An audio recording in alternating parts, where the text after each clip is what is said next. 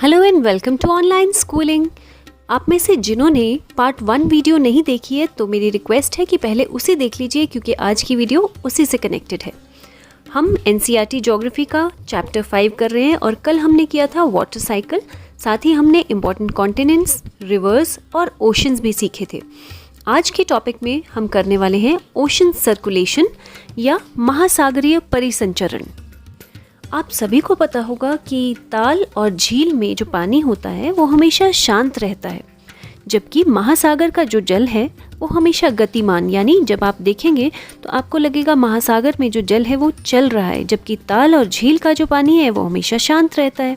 यानी whatever water we have in ponds and lakes, that is always looks as if it is a still water, whereas in oceans water continuously keeps on moving.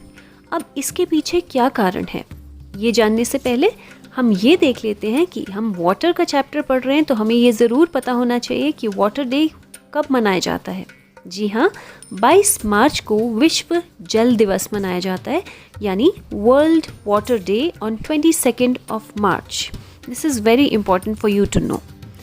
तो बच्चों, जैसा कि मैंने आपको बताया कि महासागर का जो जल है वो हमेशा गतिमान यानी चलता रहता है, और इसकी जो गति है उसको 3 प्रकार में बांटा गया है। कौन कौन सी? पहला तरंगे, दूसरा ज्वार भाटा और तीसरा धाराएं।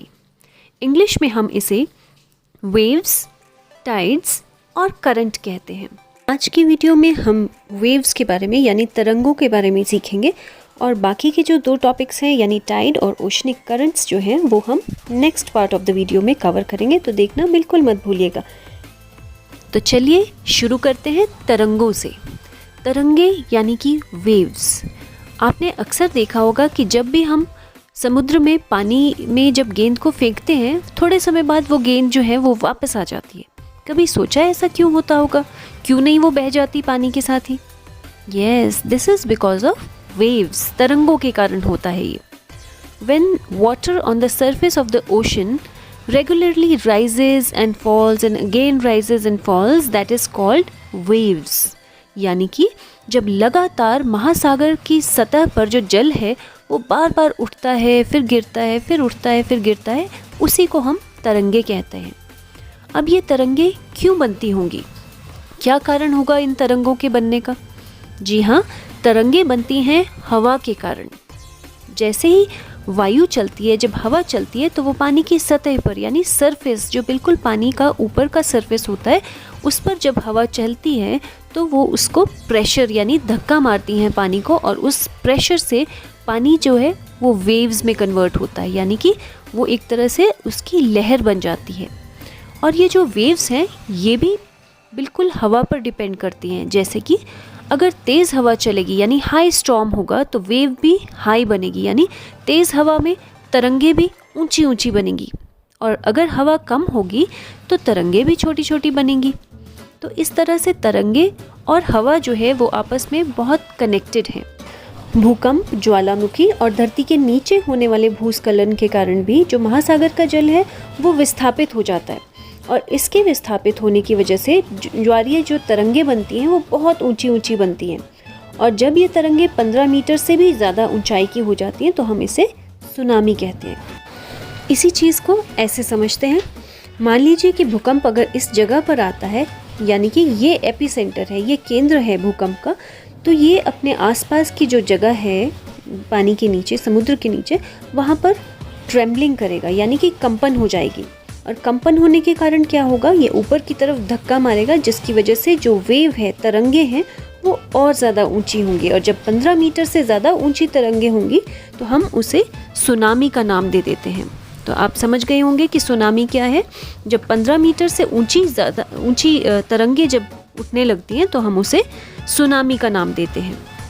ऐसी ही एक सुनामी आई थी 26 दिसंबर 2004 में, जिसका अधिकेंद्र यानी जिसका एपिसेंटर था सुमात्रा। इंडोनेशिया के पास एक आइलैंड है सुमात्रा, जो कि एपिसेंटर था उस भूकंप का, और उसका रिक्टर स्केल पर जब उसे नापा गया तो 9.0 रिक्टर स्केल, वो बहुत ज़्यादा यानी तीव्रता पर वो भूकंप आया था, जिसकी वजह से बहुत ज़्यादा विनाश हुआ था, यानी कि 10,000 से भी ज़्यादा जो लोग थे उनकी मृत्यु हो गई थी और 1 लाख से भी ज़्यादा लोग प्रभावित हुए थे, यानी उन्हें भी डिस्प्लेस कर दिया गया था, उनको अपनी जगह से किसी दूसरी जगह शिफ्ट कर दिया गया था।